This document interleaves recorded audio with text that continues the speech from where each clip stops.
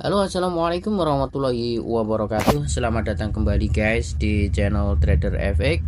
Oke, kali ini kita akan sharing kembali, dan sharing kali ini saya masih membahas fair value gap, yaitu pentingnya fair value gap dalam menentukan setup dan konfirmasi. Jadi di sini kebetulan saya mempunyai oret-oretan atau trading plan. Nah, bagaimana saya menganalisa di Euro GBY ini? Yang pertama, saya selalu lihat gunakan paling enggak itu time frame daily sebagai time frame besarnya, minimal itu weekly, monthly boleh juga, cuman saya sering menggunakan daily. Nah, bagaimana analisanya? Nah, mari kita bongkar ya. Nah, di sini sekilas ini ya, di ada resisten di sini. Resisten di sini ini adalah sebagai external liquidity. Nah, kemudian external liquidity ini ternyata tidak di sweep, ternyata di break. Maka disinilah terjadi proses run liquidity. Nah, ketika terjadi run liquidity seperti ini, tentu ini akan terjadi penerusan tren. Berarti ini tren berlanjut naik ya ketika terjadi run liquidity, karena buy side liquidity yang diambil dan terjadi run di sini. Nah, maka bagaimana caranya mencari setup atau zona untuk kita entry buy? Nah, zonanya saya akan cari fair value gap. Nah, fair value gap yang dibentuk kan di sini. Nah, di sini sampai ke candle ini ada fair value gap. Fair value gap dari shadow-nya ketiga ini sampai ke shadow yang pertama di sini. Jadi fair value gap-nya tuh di situ. Jadi saya mempunyai zone buy itu lebar di sini. Nah, di sini ini dari sini ke sini. Nah, kemudian kita rebuy. Nah, dari mana? Nah, di sini. Nah, dari buy side liquidity ini ke sini tadi fair value gap ini. Nah, yang ke sini ke candle ujung high candle pertama. Jadi kita mempunyai zona buy-nya tuh sekarang di situ masih lebar. Untuk memperkecil ya kita ke time frame yang lebih kecil, tapi biasanya saya biarkan seperti itu. Saya akan gunakan konfirmasi di time frame yang lebih kecil ketika masuk ke zona buy saya, tentunya dengan pendekatan fair value gap juga. Nah, kalau dari time frame daily sebagai time frame besarnya, saya menggunakan time frame H1 sebagai alat konfirmasinya, sebagai time frame keduanya gitu. Nah, oke. Saya langsung turun ke time frame H1. Bagaimana caranya mencari konfirmasi? Nah, di sini. Oke ya, ketika harga naik ya saya biarkan dia naik sampai kemudian balik lagi ke zona yang sudah saya nanti di sini. Nah, oke. Nah, cuman yang perlu diperhatikan adalah cara dia balik ke sini juga. Apa itu? Nah, ini dia. Yang pertama, ketika dia sudah mulai balik seperti ini, maka akan saya lihat titik tertingginya di mana. Oh, titik tertingginya kan di sini, ya kan? Oke, ini titik tertinggi. Nah, ketika teman-teman kemarin sudah mempelajari power of three, akumulasi, manipulasi, kemudian distribusi. Nah, di sini saya perhitungkan itu. Ketika titik tertingginya itu di sini, maka titik yang dimanipulasi mana? Oh, ini. Ini adalah high yang dimanipulasi. Artinya di zona ini terjadi akumulasi kemudian naik sebagai manipulasi. Nah, ini terjadi manipulasi. Kalau sudah paham Quasimodo ya kurang lebih seperti itu aja. Kalau price action gitu bahasanya Quasimodo. Nah, kalau di ICT power of three, nah kurang lebih seperti itu. Nah, di sini dimanipulasi. Titik ini adalah titik yang dimanipulasi lah. Proses manipulasinya mana? Dari sini ke sini naik ini, kemudian balik turun.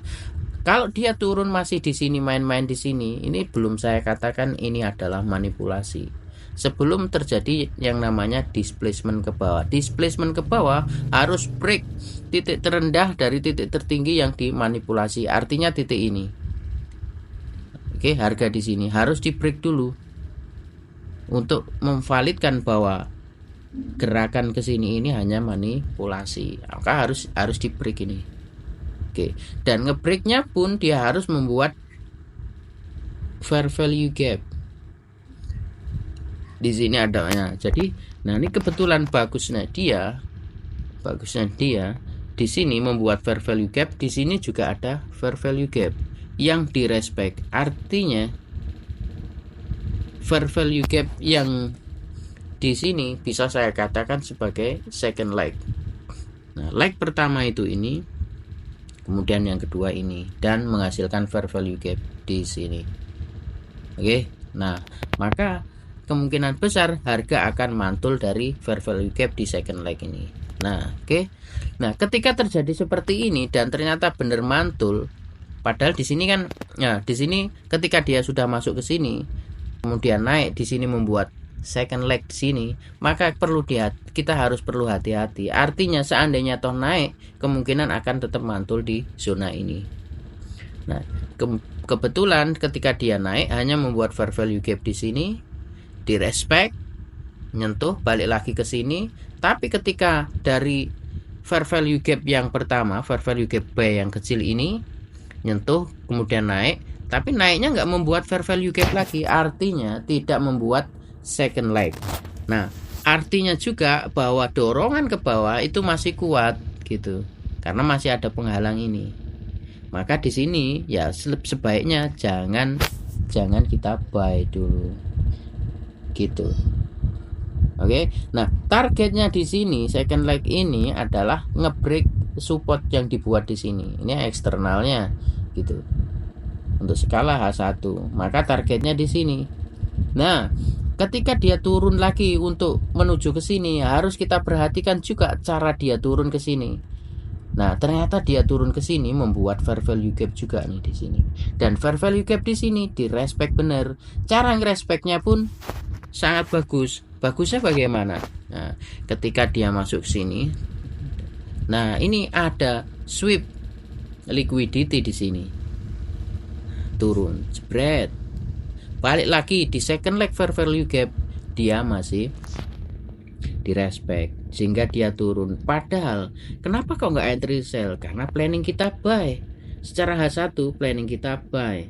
Maka ya sudah, kalau mau melawan arus ya silakan dengan keberanian kita entry sell dengan setup yang diberikan oleh H1 seperti ini. Tapi karena saya menggunakan daily sebagai time frame besarnya, maka akan saya tetap fokus buy. Fokus buy sampai kapan? Nah, sampai nanti ada fair value gap yang dimatikan.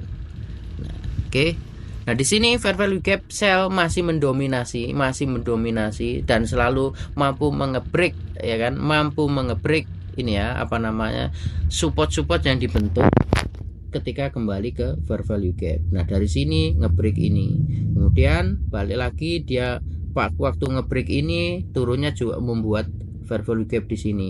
Dan ketika masuk ke sini nggak sampai ke batasan atau boundariesnya di sini, dia ternyata juga turun membuat fair value gap lagi. Nah, di sini baru fair value gap di sini.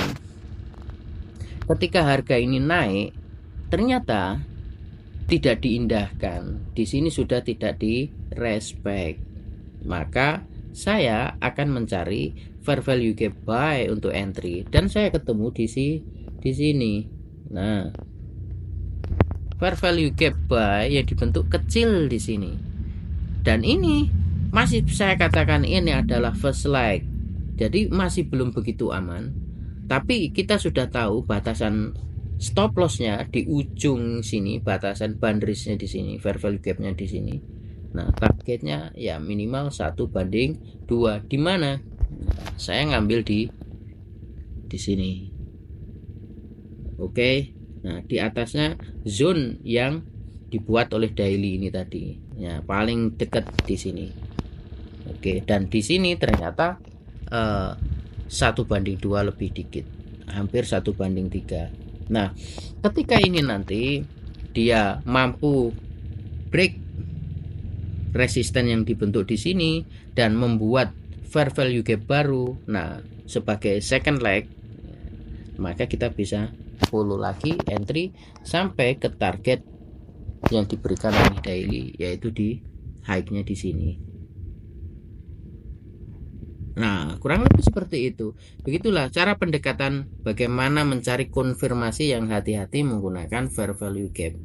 Nah, kalau kita perhatikan di sini, apakah di sini sudah memenuhi syarat power of 3 untuk konfirmasi ke atas? Nah, di sini kita lihat ini yang di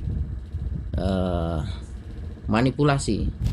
Artinya ini adalah zona akumulasi dan gerakan ini adalah manipulasi. Syaratnya apa? Harus dilewati sebenarnya ini.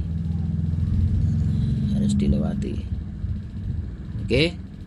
Harus dilewati, dan kelewati itu harus membuat fair value gap. Loh, tapi kenapa kok di sini sudah entry?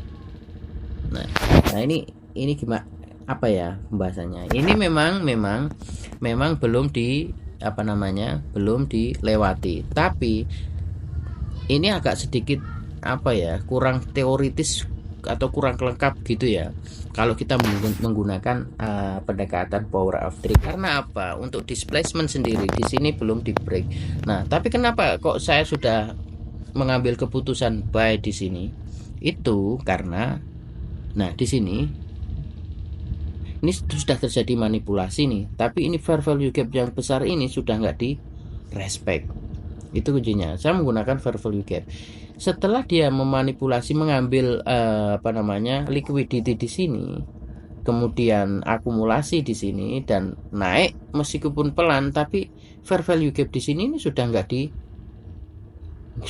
di respect. Nah, kemudian dia membentuk lagi fair value gap. Kalau misalkan fair value gap ini nggak direspect, tapi dia nggak membentuk sama sekali fair value gap, saya nggak akan berani ngambil gitu. Berhubung ini mengambil fair value gap, membuat fair value gap, maka saya ambil. Dan tantangannya adalah nanti ketika ini ternyata candle ini naiknya nggak ngebreak, nggak close di atasnya ini dan hanya sweep, lah itu peluang besar saya akan kena XL. Kemungkinan besar dia akan turun lagi. Oke, turun lagi, bisa jadi dia akan meng-sweep ini dulu, benar-benar sweep, baru membuat fair value gap lagi untuk naik lagi. Kemungkinan seperti itu. Tapi kalau ini nanti break dan kemudian membuat fair value gap lagi, nah kemungkinan dia sudah nggak akan turun lagi gitu. Nah ya, trading seperti itu nggak ada sesuatu yang pasti 100% bahwa dia kalau kita prediksi naik tentu pasti naik, kalau kita prediksi turun pasti turun, nggak ada. Jadi probabilitas. Artinya apa? Nah, risk to reward itu tadi. Ketika saya mengambil di sini dan target saya adalah di ini dan itu sudah 1:2, ya saya ambil. Saya sudah tahu resikonya. Paling enggak saya sudah mempunyai alasan kenapa saya ngambil di sini. Alasannya ya ini tadi, meskipun kurang satu harusnya ini di break. Nah, tapi nanti kalau ini mampu di break berarti saya sudah mendapat satu dukungan lagi gitu. Jadi intinya nggak ada yang 100%. Bahkan terkadang sudah kita analisa seperti ini pun kena SL itu juga berturut-turut gitu. Sekarang kena XL, nanti kena XL lagi, nanti kena XL lagi, ya nggak apa-apa. Yang penting kita konsisten. Konsistennya itu apa? Risk to rewardnya itu kita jaga, dan cara kita analisa ya seperti itu terus.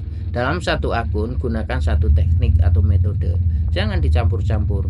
Misal kita menggunakan teknik fair value gap seperti ini, smart money konsep ala fair value gap seperti ini. Ya udah, dalam akun itu gunakan itu terus, dengan catatan risk to rewardnya dijaga terus. Nah, jangan dicampur. Ketika hari ini saya menggunakan teknik SMC seperti ini, besoknya pindah lagi dengan indikator atau apa, jangan. Mending ketika kita mempunyai banyak pemahaman teknik, gunakan beberapa akun, dan akun tersebut kita gunakan masing-masing dengan metode yang berbeda. Dengan konsisten, jangan dicampur aduk. Oke, itu sih saran saya. Sharing dari saya.